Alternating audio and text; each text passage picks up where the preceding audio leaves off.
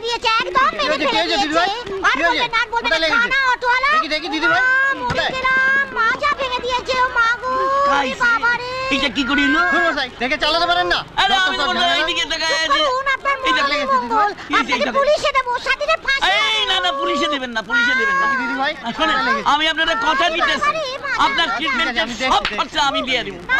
এই এই এই দেখো, এটা ধরো ধরো, আরে এইটা তো ধরেন তো, ধরেন তো, ধরেন তো, এই ওঠা, গাড়িতে তোলো, গাড়িতে তোলো। কি কান্না করলাম, কি কান্না হইল রে। এই যে গেছে কি, এই আরে কিচ্ছু হয় না, কিচ্ছু হয় না। হ্যাঁ হ্যাঁ ঠিক আছে। বাবা, এই